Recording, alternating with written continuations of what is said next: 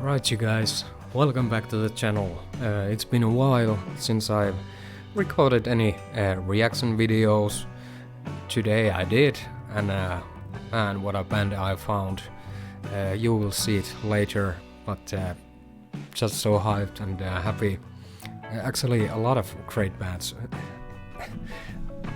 Again, some of them new and some old one performances from artists in the past as well, but this one band just man, it just got to me. And yeah, a lot of people asked me about Warning's performance in the Rockville concert. Did I see it, or have I seen anything from it? And some of you know already been talking about a little bit on the streams and answering some emails as well.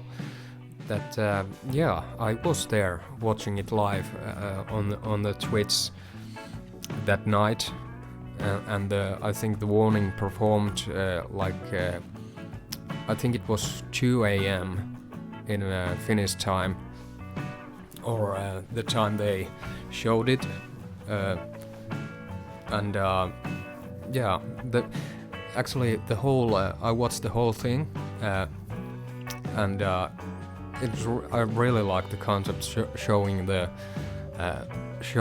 live on Twitch, concerts.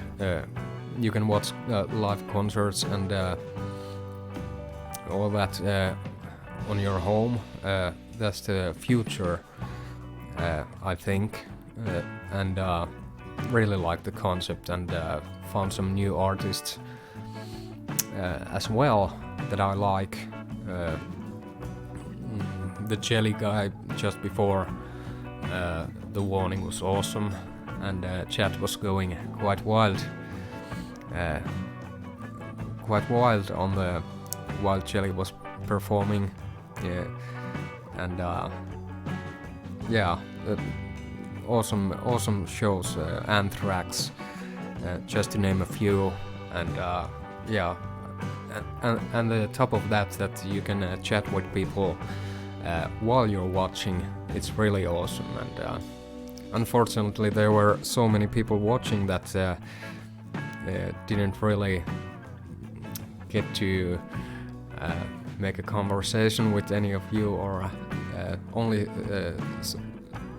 saw a few of you from the Warning Army there that I could name, because the chat was going so fast that it was impossible to read. But a lot of Warning fans out there, and like everyone was so hyped, and go Warning, it's time for Warning, and even the guys who were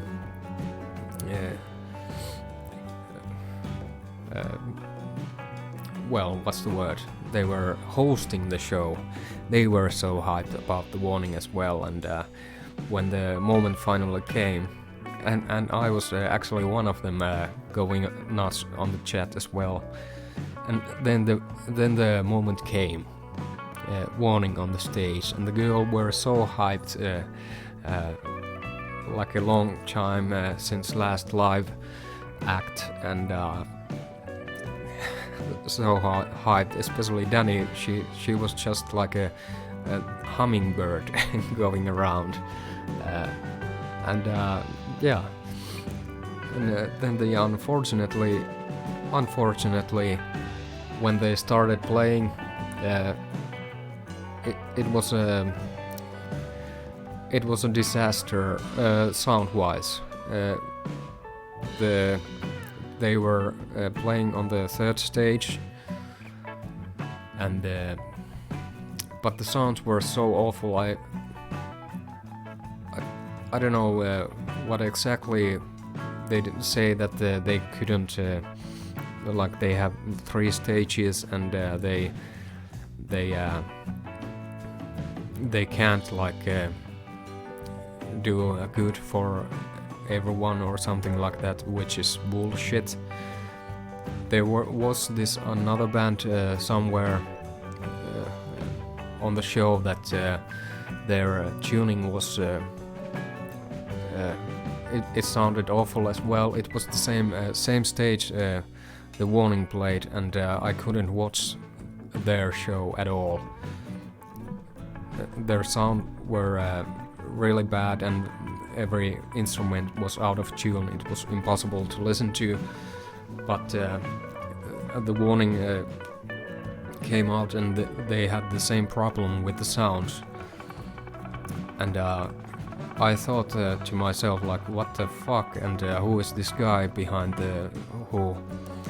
or the mixer, or the sound engineer behind this? And I was kind of really furious about the thing, because I was so hyped. And well, it almost sounded like the sound to the tweets was coming like from the stage. Like you have stage monitors and a stage mixer separate from what comes out. It sounded like it was straight from the stage, and that is kind of a bullshit thing. And I don't believe a moment like it was the sound engineer's fault, because he or she was constantly changing at the one time Danny's mic wasn't on when Pau was singing, and then Danny came to sing and her mic wasn't on. He was constantly changing trying to get the sounds right. I don't know what the big problem is, because you're wearing your phones while doing it. I don't know what went wrong. It really can't ruin the show to the twits. But fortunately, outside, I've seen, and many of you have seen the clips that to the outside audience from the stage, the sounds were great, and it sounded like it should be. So it was only the twitch problem and the mixing going into the twitch. So it was bad just for me and everyone on the tweets, but really annoying thing. And luckily to the outside audience it was great. And yeah, we know sounds were bad to us, but anyways, about the show, there was this huge audience. I don't know how much audience is there or was there, but I've seen the pics from the show, and it was a huge audience, and huge hype for Warning as well. And the radio stations was hyping the Warning before the show. And that being said, the girls were really excited, and especially Danny in the beginning. And yeah, I was surprised about the set list or Dust to Dust, but now after a week from the show, I realized when you have a big gap between your shows, it's always like the first, when you're doing a lot of shows or you are on tour, the first 10 shows are a bit like just practicing and remembering how to be on the stage and how to relax on the stage and all that. Also the big bands say. And for me, for example, it's always been like I have a huge stage fever. I'm always feeling sick before or going into the stage, or felt that way when I was performing with the bands in earlier life. And almost every time we didn't do a huge tours. It was mostly on weekends, 1 or 2 shows, and almost every show that we did, it's always the first couple of songs where you're very excited, and if something goes wrong, it usually goes wrong in the couple of first songs. You're just so excited, and might do mistakes and all that, and at least for me. And after that, everything goes a lot smoother when you get comfortable on the stage. And yeah, on the Dust to Dust, there was some and the joke as well. Second song of the show. Danny did some really major mistakes there, here and there, but that's, I believe that the stage sounds of themselves wasn't that great either. It almost felt like she didn't hear what she was playing, and that's probably the cause, and plus the huge excitement of being playing live for first time in a long time, and the huge audience. It must have been just great. But these are the things that happen when you play live, and just how the girls did perform with these tiny mistakes here and there. They did really good job overall, and acting like professionals. Pau lost her drumstick in the beginning as well, playing that Rent drum set as well. Always difficult with the Rent equipment, and she was pounding the drums so much that the drum technician had a work cut out to him, because the drum set, it was going almost down like constantly because of the huge pounding she was doing. But anyway, I'm singing.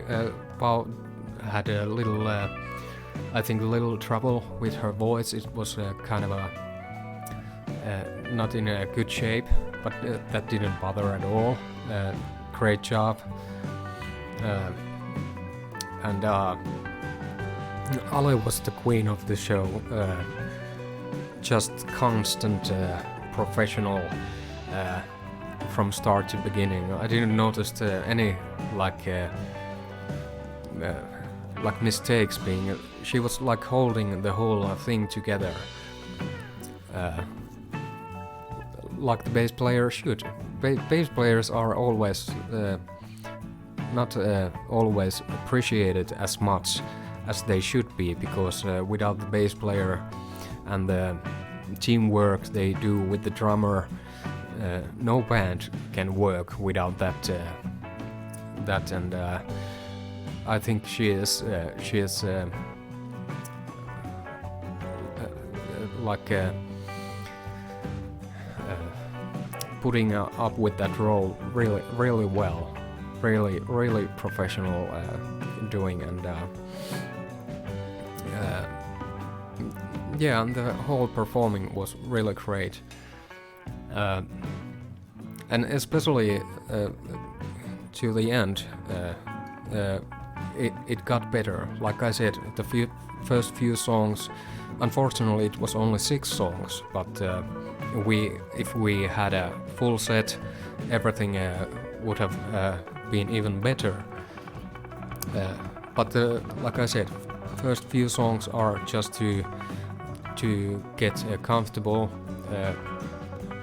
on the stage, and I was really surprised. Like Disciple was what I consider of being one of the harder songs of the girls, and that was actually my favorite, and actually one of my favorite songs at the moment, because I'm constantly listening to it, like a thing that first or before I have said like Joke was my favorite from the EP, but now I'm thinking it is Disciple. That's the thing about if some song grows into you, if there's if it doesn't hit you as much in the beginning, and you grow into that, it has this more of a like a longer life period as a song, I would say. Weird thing to say, but yeah. But yeah, and the girls perform it really well, despite without considering the songs that sounds problems the Twitch had. And Animosity, a real good like a live song, worked perfectly. Evolve, like the last song, just made me, and hopefully the whole audience made them want more. Really well played as well, and like good songs. And yeah, Dull Knives as well was on the set list. It was nice that they had a few older songs in the set as well, and yeah, overall I enjoyed it. Even with the bad sounds, I was so hyped that I didn't really give a damn, and I stayed up so long.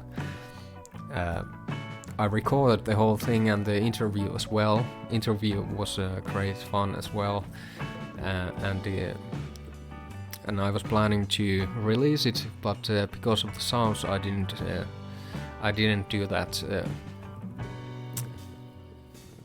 Yeah, that's the reason for that. And but the thing is, when you're playing on, I think I have mentioned this before as well. But the thing about the playing on festivals, and why I love hearing band on clubs better than on festivals, because on festivals there are a lot of bands, and the time schedule between the bands is really like fast, and it's a chaos out there, and you don't have the time usually to do like any kind of sound check. It's mainly just a line check that everything comes out. So if you have your own mixer with you, he or she has to do it on the spot. So obviously that's why one or two songs in the beginning is going to be not sound as great as the songs in the later on the show, because he or she has to do it on the spot. And yeah, and if you don't have your own mixer with you, or the sound engineer with you, you might have a table that you're not familiar with, so that is going to cause problems. Same with the sound engineer on the stage as well. That might cause problems, that you can't hear your own instruments. What was probably the case with Danny's few minor mistakes in the beginning of the show. Things like that. It's always chaos in the festivals, not unless you're the main performer and you perform last in the festival. Or actually, was it like if you're performing first in the festivals, then you're in a kind of in a better place when cause then you're able to do a tiny sound check because you're doing it last and you're performing first. So that's a good place to be sound-wise. But anything in the middle is kind of a mess almost every time. It has happened to me, and it has happened to our bands. Every time performing in festivals, there is some sound trouble, and no one can hear anything, and it's got being on the stage and not hearing your instrument. It's a really bad place to be. People hear it, what comes out, but you can't hear anything, and you can't play like that if you don't hear what you're playing, or hear what the bass player is playing, or hear what the other guitar player is playing, and you have to hear them all to be able to be on the spot where you supposed to be.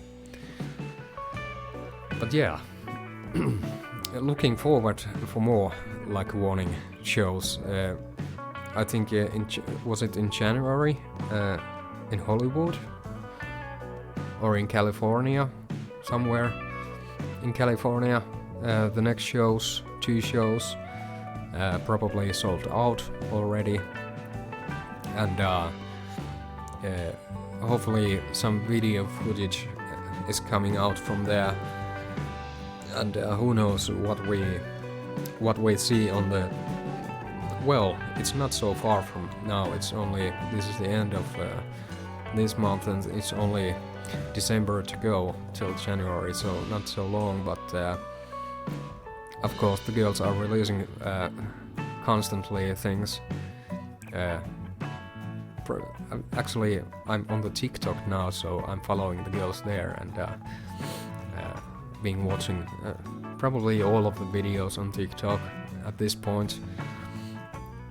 And but yeah, on the Instagram and Danny Days, I'm so anxious to do another Danny Day video as well. Who knows what she comes up with. And I still have to. There's so many videos out there. I really want to watch the Pau karaoke video. It's been out there for a while now, but I haven't. I've been saving it. I don't know. Maybe probably can do because the girls are going to sing. In some point, we're going to do on Twitch some sort of warning stream, a long warning stream where we can listen to music. What's funny videos, chat this and that, and probably in the holiday season. I'm planning. Hopefully, I can manage to do that, but. I'm planning of doing a long stream, probably keep the cameras rolling for 24 hours or something like that. I don't know how that is going to do. Maybe a 12-hour stream, but on the holiday season, I believe. But for that, you need to subscribe on the Twitch because YouTube is causing so much trouble.